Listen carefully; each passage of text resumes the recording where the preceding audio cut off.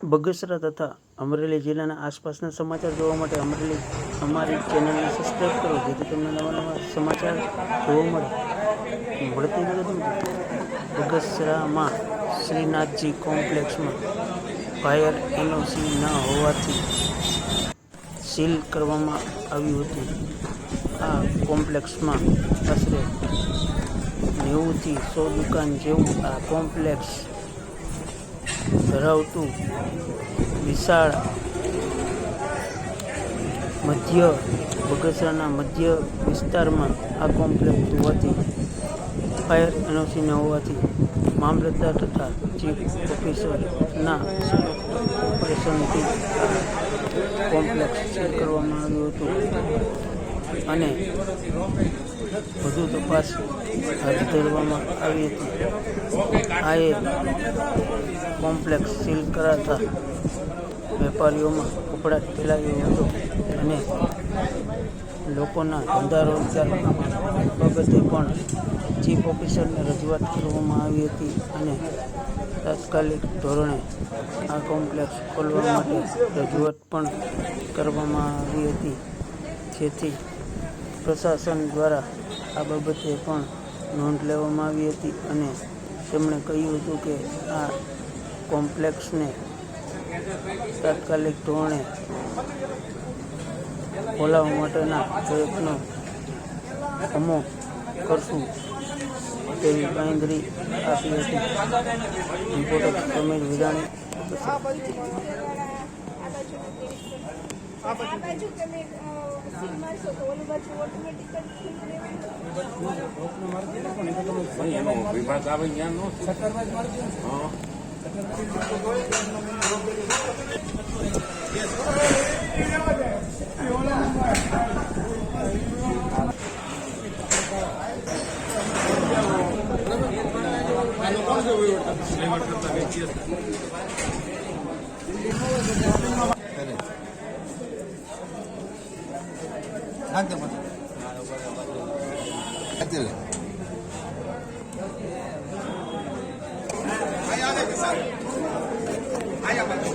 તમારે ફાયરના જે કાંઈ સાધનો આપણે બોલવું જ નથી કે ભાઈ છે ફાયર સેફટી બાટલા નહીં, ફાયર સેફટીમાં આખી સિસ્ટમ નથી એમાં આખી સિસ્ટમ નથી. તમે અત્યારે સિસ્ટમ બધા નખાવાનું કહો છો.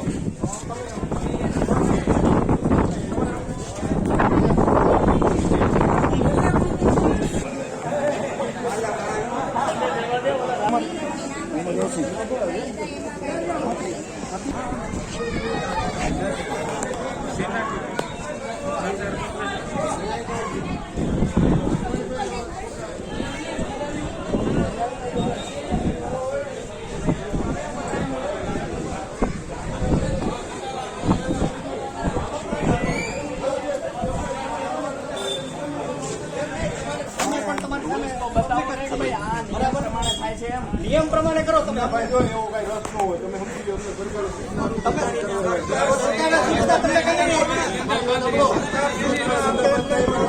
સરકારે સૂચના આપી આ પ્રમાણે હોય તો તમે સીલ મારી શકો. કોઈ વાત તમારે નોટિસ 2 વર્ષ પહેલા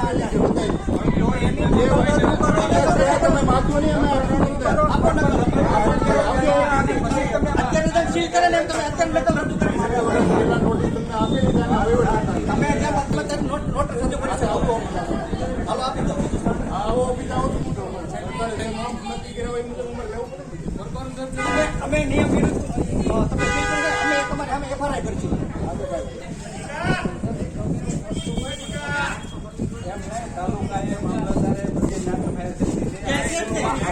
ગવર્મેન્ટમાં કરો, નગરપાલિકા ટોટલ જનતા માટે વ્યવસ્થા પહેરકાર કરવાની. સામાન્ય માણસને શું કરવું એમ આમ જનતાનું લોહી પીવાનું. એક તો મંદિરમાં જનતા નથી.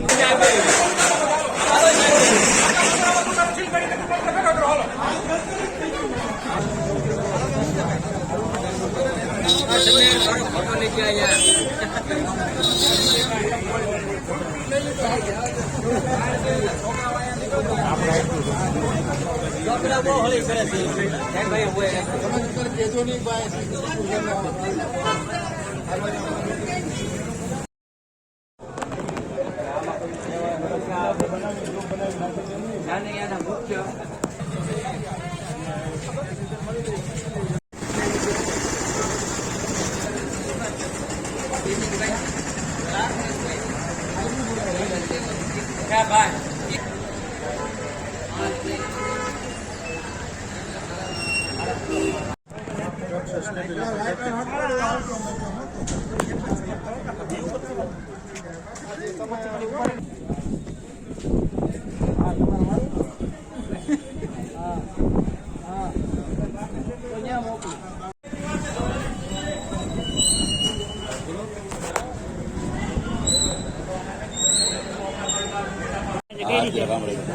બગસરા શહેરમાં ફાયર એનઓસીના અભાવે તેમજ બીયુ પરમિશન ના હોવાના કારણે જર્જરિત બિલ્ડિંગોની આજે જે તપાસણી કરવામાં આવી એમાં શ્રીનાથજી કોમ્પ્લેક્સ અને સરદાર કોમ્પ્લેક્સ આ બંને કોમ્પ્લેક્સની તપાસણી કરી અને બંને કોમ્પ્લેક્સને સીલ કરવામાં આવે છે. શેના માટે સીલ કરવામાં આવ્યા હતા? ફાયર એનઓસીના સાધનોનો અભાવ છે તેમજ બિલ્ડિંગની જે બીયુ પરમિશન હોય એનો પણ અભાવ જોવા મળ્યો છે અને જર્જરિત બિલ્ડિંગ હોય આ બિલ્ડિંગને સીલ કરવામાં આવેલ છે.